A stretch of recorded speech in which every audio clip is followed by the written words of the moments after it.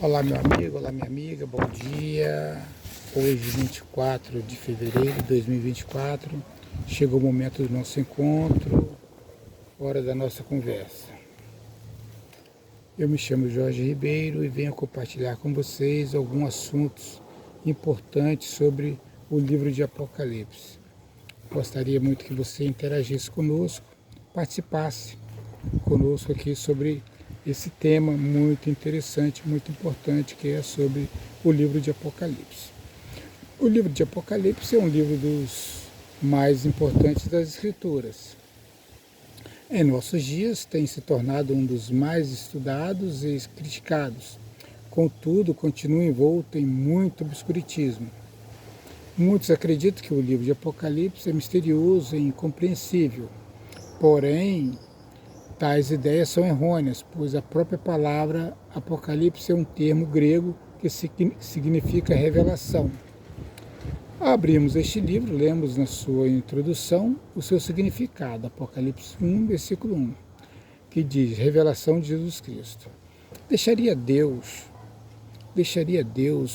um livro, um dizer que a gente não entenderia?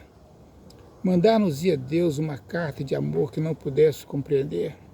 O livro de Apocalipse é a última e a maior revelação que as Escrituras dão da nossa era e do futuro. Sim, o Apocalipse é um imenso farol assentado na ilha de Patmos, cerca do ano 95 de nossa era, data em que foi escrito. Desde esse tempo está focalizando o futuro. Sua luz tem dissipado as trevas espirituais, esclarecido a história política e religiosa, desde os dias apostólicos até a consumação dos séculos. Panorama 1. Por que foi escrito em símbolos? Foi escrito em símbolos para investigação com profundidade e meditação. Jesus também ensinava por parábolas. Os ímpios ouvem e não entendem. Muitos imperadores estão envolvidos nesse simbolismo. Se fossem mencionados seus nomes, se voltaria contra os cristãos. Os cristãos foram odiados, perseguidos, chamados de loucos. Os apóstolos foram perseguidos. Conta a tradição que São João foi posto num caldeirão de azeite fervente. Deus o livrou. Domiciano, indignado porque João não morreu, baniu-o para a ilha de Patmos. A ilha de Patmos é uma ilha mais ou menos do tamanho da Fernando de Noronha aqui no Brasil. Ao se desembarcar na ilha, avista-se uma grande caverna, onde julga-se o apóstolo São João buscou abrigo e onde teve essas revelações. Os incrédulos não entendem o Apocalipse, mas os cristãos fiéis e estudiosos o podem entender. As Escrituras sem o Apocalipse seria como uma casa sem telhado. Segundo panorama, o objetivo do Apocalipse. Apocalipse 1, versículo 1, diz que é para mostrar aos seus servos as coisas que brevemente devem acontecer. Para mostrar a quem? Aos seus servos, a nós, a todos que são servos de Cristo em todos os tempos. Contém uma mensagem dirigida a nós, digna de investigação. Há uma bênção se a lermos e ouvirmos. Contém uma mensagem dirigida a nós. Devemos estudar este livro. Notai, senhores, o motivo, porque o tempo está próximo. À medida que nos aproximamos do fim do mundo, torna-se cada vez mais importante e urgente o estudo deste livro, pois nele há coisas que brevemente hão de acontecer. Terceiro panorama geral do Apocalipse. O número 7 nas Escrituras é símbolo de plenitude e perfeição.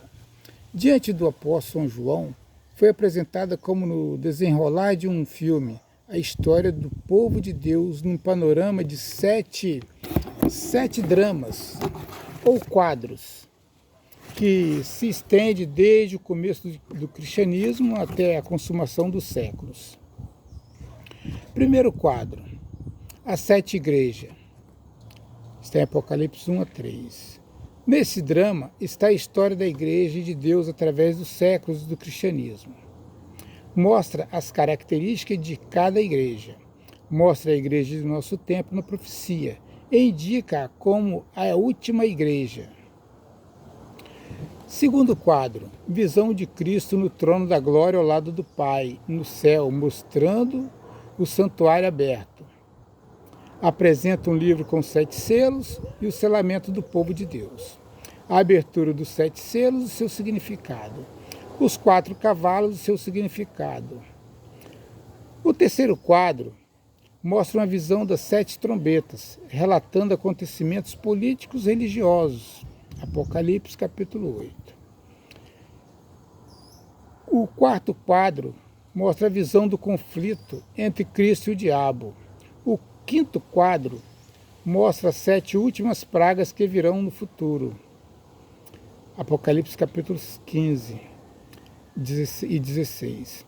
O sexto quadro, visão da grande prostituta embriagada que será ferida e morta. Apocalipse 17, 19. O sétimo quadro vem falando sobre o milênio, destruição do pecado e pecadores, Satanás queimado no fogo purificador, nova terra, nova glória dos santos, a glória dos santos. O quinto panorama vem falando sobre a importância do estudo do Apocalipse. O diabo procura afastar-nos deste livro. Alguns teólogos dizem que é um livro confuso, não precisa ser estudado, não é necessário. Deus, porém, diz: bem-aventurado e feliz aquele que lê e os que ouvem as palavras desta profecia e guardam as coisas que nela estão, porque o tempo está próximo. Apocalipse 1:3. A profecia nos revela o ontem, o hoje e o amanhã. O que aconteceu, o que acontece e o que acontecerá. Antes de destruir o mundo pelo dilúvio, Deus revelou a Noé o que ia fazer. Antes de destruir Sodoma e Gomorra, ele avisou a Ló. Quando Nínive ia ser destruída, Jonas foi enviado com uma mensagem. O primeiro advento de Cristo foi anunciado. Profetas, o profeta João Batista, ele anunciou a primeira vinda de Cristo. Cristo está para voltar. Pela lógica, ficaremos sem avisos? Não. Deus não faz nada sem antes revelar o seu povo. Mais de 1000 profecias convergem para a segunda vinda. Cada profecia das Escrituras é uma nascente de água, um filete de água. O Apocalipse é uma grande desembocadura no grande mar da verdade. O Apocalipse é o teto, o telhado desse grande edifício profético. O Apocalipse é a coroa das profecias. Os outros livros apresentam o drama da paixão. O Apocalipse apresenta a redenção e a vitória.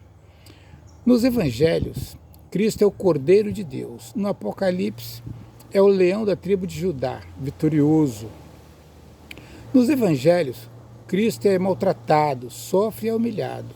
No Apocalipse, ele é vitorioso, Rei dos reis, Senhor dos senhores.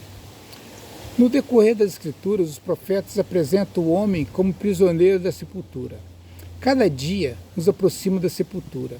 Ali termina as vaidades e desaparece o orgulho.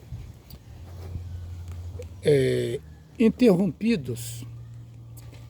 Em Apocalipse 22:14, é restaurado o direito à árvore da vida.